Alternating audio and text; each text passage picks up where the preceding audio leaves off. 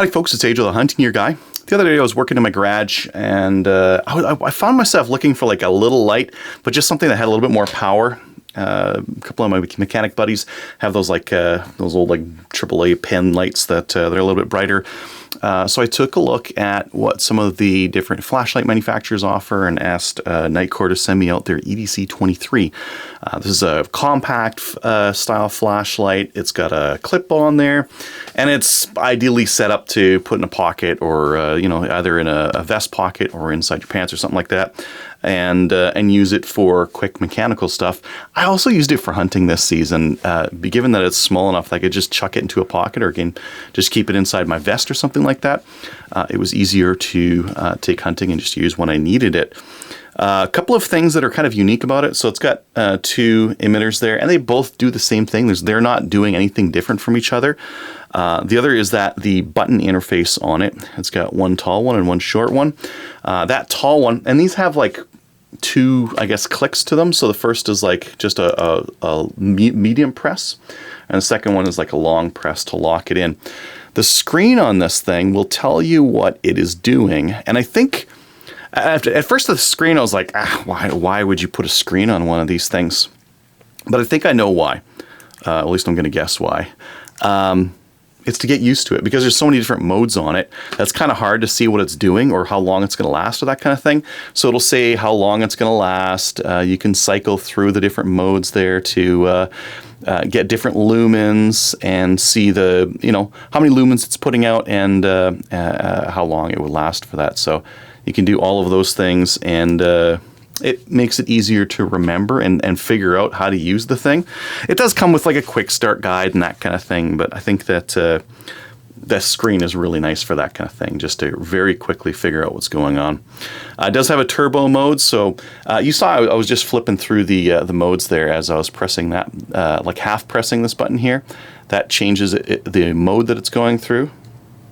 Come on, change mode, change mode.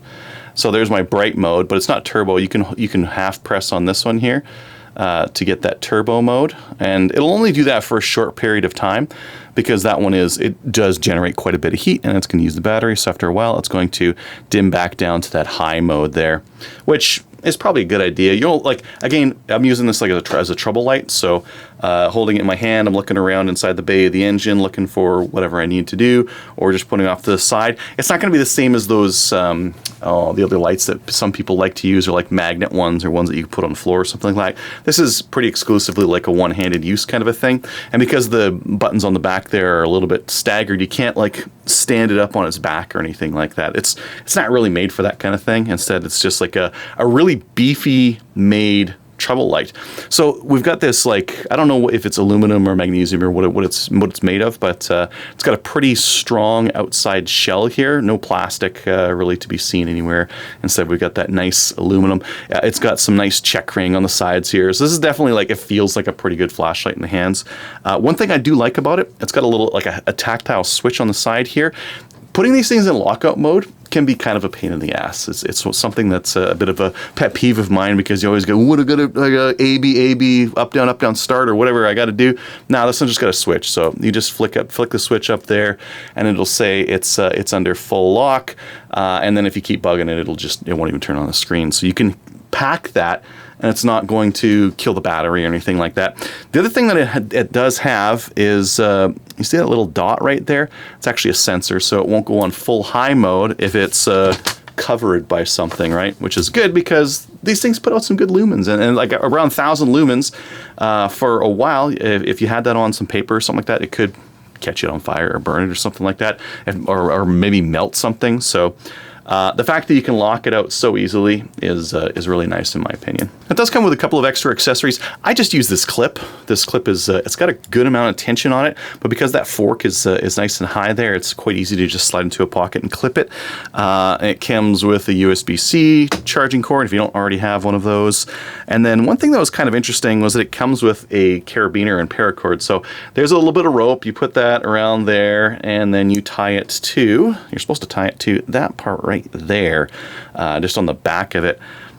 I don't like carrying a lot of bulk in my pockets, so I'm not going to use that thing. But that just by itself is really nice, because I found that it goes into a pocket really easily and stays put, because that clip's got such good tension on it. I didn't find that it would pop out of pockets or anything like that. It's got some good grab on there. Let's just see what this thing looks like while it's charging, because I think one of the neat things about this is that it says how it's charging. So it'll tell you what the voltage is on there on the battery.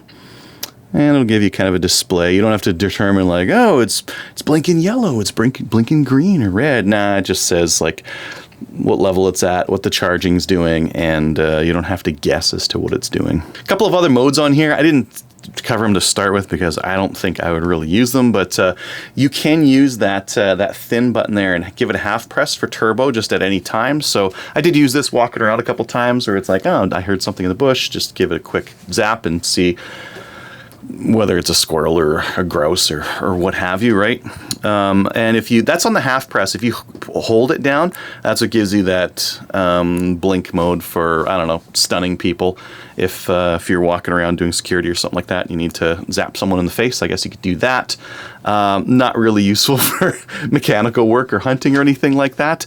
Realistically, I'm primarily just using this this top button here, clicking on, clicking off. So clicking on and then changing the power setting wherever I want. The nice thing is it does leave it on that power setting. So every time you click it on or off, it's just going to leave it there. And it's easy enough to swap between the different settings as well. So anyways, that's the EDC23. I find the size of it to be really nice. It's perfectly sized for the hand, and I really enjoyed mine. Thanks for watching.